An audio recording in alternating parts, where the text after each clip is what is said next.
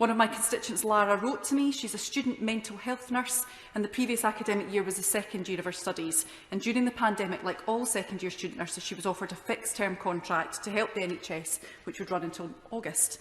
She said it was fantastic to be recognised as having the skills that were needed, and like my classmates, I felt it was necessary to take this offer. Should I have declined, I would then need to have extended my studies by 6 months in order to register as a nurse, as 2,300 placement hours must be worked.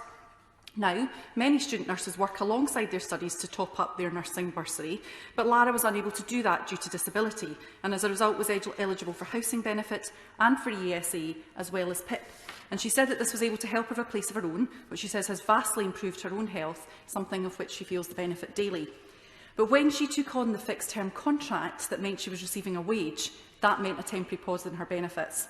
So she told me I had to decide between keeping a benefit which I was entitled to or my education, and I chose my education. So she served on the front line during the first wave of the pandemic, like so many other student nurses, and I pay tribute to them all, and putting themselves at risk to help protect our NHS. But when Lara's fixed-term contract came to an end, she found herself, in her own words, in an awful situation. She said, "It turns out that since I started claiming benefits, the system's changed, as we know. Housing benefit no longer exists, neither does the version of ESA I received, and I was advised that I would now have to apply for universal credit, which isn't actually available to me.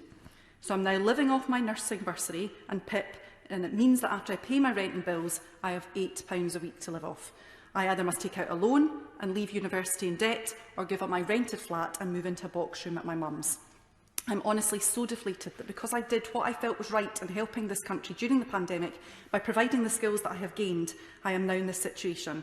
It's a kick in the teeth because if I declined the placement, none of my benefits would have been affected." It was people like Lara we were lining up for outside our doors to clap for earlier this year. She and so many like her were making an enormous sacrifice to help keep us safe, and that's something we should be rewarding. What kind of society claps for our carers and then leaves them with barely enough money to survive on?